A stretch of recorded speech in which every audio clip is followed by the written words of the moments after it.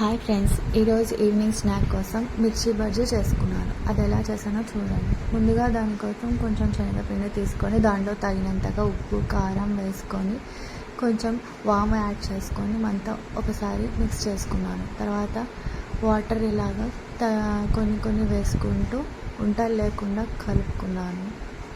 ఇలాగా తర్వాతకి కొంచెం సోడా పొడి యాడ్ చేసుకొని మరి అంత ఒకసారి కలుపుకున్నాను. ఈలోపు ఆయిల్ ఒక పక్క పెట్టుకొని పొడుగా ఉన్న మిర్చీలకు ఘాట్లు పెట్టుకున్నాను. మధ్యలో ఉన్న మిర్చి విత్తనాలను తీసేయకుండా అలాగా అలా పెట్టుకోవడం వల్ల కొంచెం తినేటప్పుడు స్పైసీగా బాగుంటుంది. స్టఫ్ కోసం ముందుగానే ఆలూని స్మాష్ చేసి పెట్టుకొని దానిలో ఉప్పు కారం గరం మసాలా వేసుకొని అంతా ఇలాగా మెత్తగా చేసి పెట్టుకున్నాను. ఇప్పుడు ఈ మిర్చి బజ్జీలలో ఈ మిర్చి ఘాటు పెట్టుకునే మిర్చీలకి స్టఫ్ని ఇలాగా పెట్టుకున్నాను.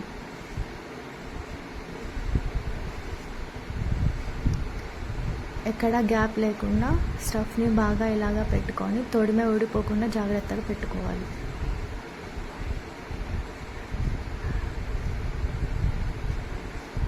ఇలాగే అన్నిటికీ స్టఫ్ చేసి పెట్టుకున్న మిర్చీలకి ఆయిల్ కూడా బాగా హీట్ అయింది. ఇప్పుడు ఈ మిర్చీలను శనగపిండిలో డిప్ చేసుకుంటూ ఒక్కొక్కటిగా ఇలాగా ఆయిల్లో వేసుకోవాలి. తొడిమ ఊడిపోకుండా జాగ్రత్తగా వేసుకోవాలి. మంట లో ఫ్లేమ్లో పెట్టుకొని ఒక సైడ్ అంతా బాగా కాల్చుకోవాలి. ఇప్పుడు టర్న్ చేసుకుంటూ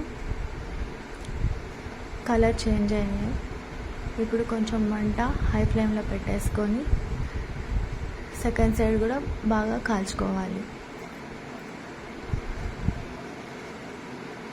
ఇలాగా 2 సైడ్స్ కూడా బాగా కలర్ చేంజ్ అయ్యాయి. మధ్యలో కూడా బాగా ఉడికింది. ఇప్పుడు మిగిలిన ఆలు మిర్చీలను కూడా ఇలాగే కాల్చుకోవాలి. ముందుగా లో ఫ్లేమ్లో వేయించుకోవాలి. తర్వాతకి హై ఫ్లేమ్లో పెట్టుకొని కలర్ చేంజ్ అయ్యే వరకు పెట్టుకొని బాగా కాల్చుకోవాలి. ఇలాగ అన్నీ వేసుకున్నాక అన్నీ కలిపి ఒక ప్లేట్లో అరేంజ్ చేసుకొని మధ్యలో ఘాటు పెట్టుకోవాలి.